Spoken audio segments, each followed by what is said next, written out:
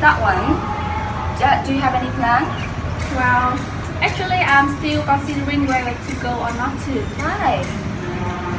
You know, I did experience our school party last year and it's just super boring. I'm well aware of that, but it will be the last party of student life. It must be a waste if you miss it.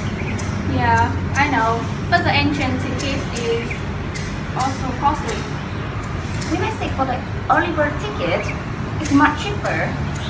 Alright, I'll think about it.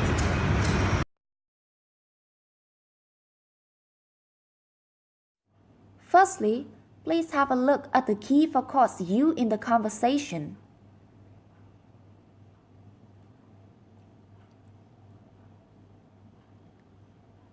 Now is the analysis in more detail.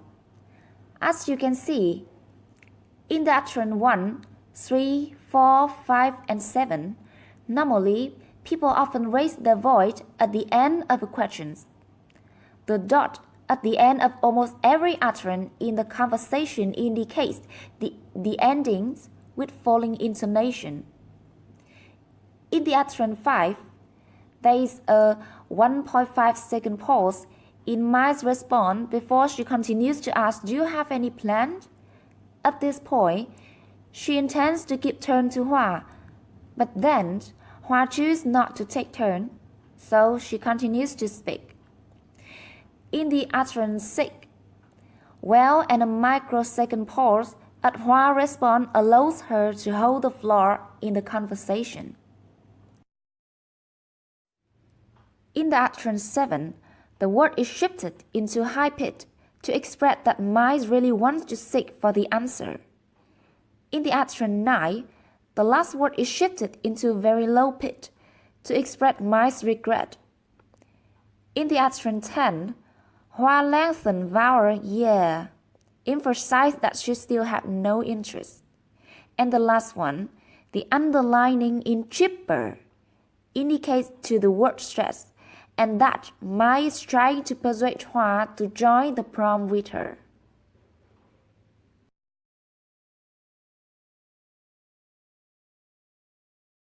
Hey Mary, look at those desserts. How about baking some cookies today? Yeah, that's great. Let's pick up the ingredients. Okay, what do we need? The recipe calls for flour, sugar, butter, but we also need eggs and chocolate chips. And why don't you get the dairy ingredients? You'll find those in the refrigerator section in the back of the store. And get the dry in our tank. Okay, that's great. Let's meet at the checkout. Okay, see you there.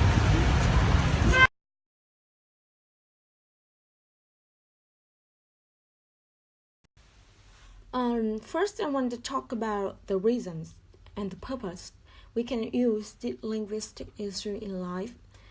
As you know, conversational analysis is an approach to the analysis of spoken discourse, and adjacency pairs, in other words, such as sequences of related utterances, are a unit of conversational organization and a key way in which meanings are communicated in conversations.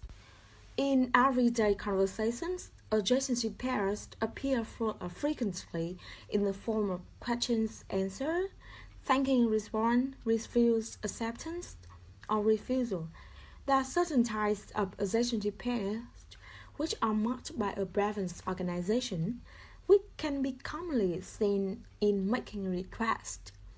And making a request and responding to the request form an adjacency pair. Why I can say that since the hearers have the possibilities to answer which are either accept or refused, so it forms an adjacency pairs. And the reference organization separate the second pair parts into preferred and dispreferred responses. Actually, in real life, adjacency pairs and reference organization are indispensable in making requests. The two parts make a complete adjacency pair. In forming this type of adjacency pairs, the two parts must be contiguous, ordered, and related. This is equivalent to the requirement because the two parts of an adjacency pair must be uttered by different speakers, and the request must not precede the acceptance or refusal. And besides, in making requests, acceptance is considered to be preferred response, while refusal is regarded as dispreferred one. Okay, so now I will analyze the example. I will analyze the example of about making requests. In this example, two main characters, namely Tom and Mary, are at the supermarket. And there are 4 adjacency pairs of making requests with preference organization in this conversation, right? Okay, in the first adjacency pair, Tom makes a request about baking cookies, and Mary responds with some hesitation first. And however, this is not a dispreferred response because she finally accepts the request after a moment of considering it. In fact, she has a briefer response like, yeah, that's a great idea. And the 3 other requests are, let's pick up the ingredients. Why don't you get dairy ingredients? Let's meet at the checkout. The requests are followed by immediate answers, which are okay, great. And the second pair parts follow the first part without any words and has a simple utterance, which indicates the acceptance. So therefore, I can say that these adjacency pairs consist of briefer responses.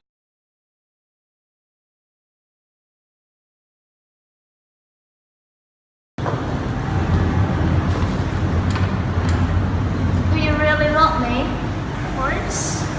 Prove it. How can I prove it? Take me to dinner. That's all I have to do. That's it. You have to take me to a nice restaurant, not McDonald's. The nice restaurant costs money. Yes, and you have to make reservation. That's such hassle. I knew you didn't love me. Alright. I'll make a reservation right now.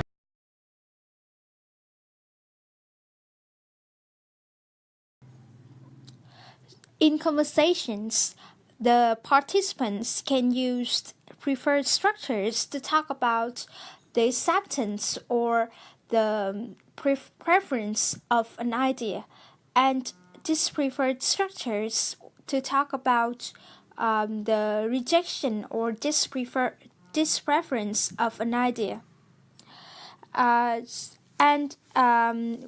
In the example situation, we can see that there are some preferred and dispreferred structures.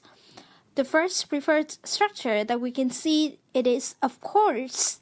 This is the response that the boy gives to the girl when he was asked, "Do you love me?"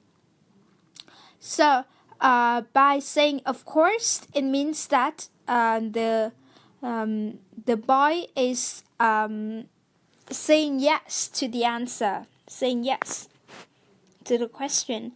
And when the girl say and another one is when the boy say, "That's it? That's all I have to do?"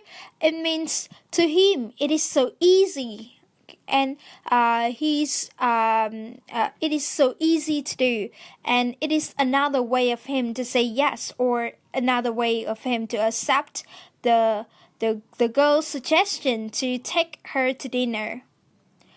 And next one, we can see that during the conversation, when the girl say yes, you have to make a reservation. It means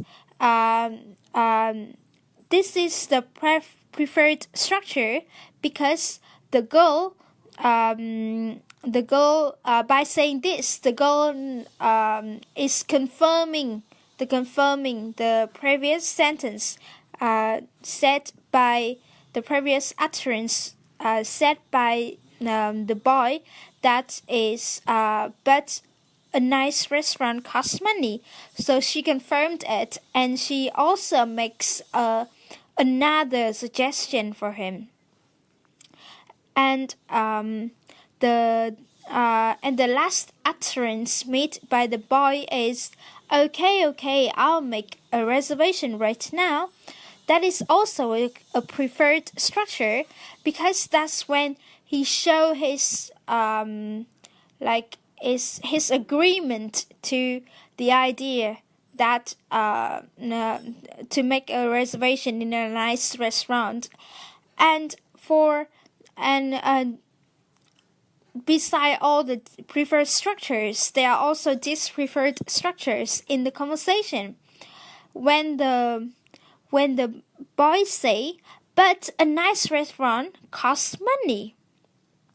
When he said this, he is implying a no. So he is implying that they shouldn't go to a nice restaurant because it costs a lot of money. So he's trying to say no by using kind of a fact. So this is so when he says no, that is dispreferred structure. Another example is when the boys say, that's such a hassle. Hassle means a trouble, not a pleasant thing. It's something that is not good. So it is also another way to reject the idea. And the girl also makes a dispreferred structure when she said, I knew you didn't love me. That is when she refused the boy's answer.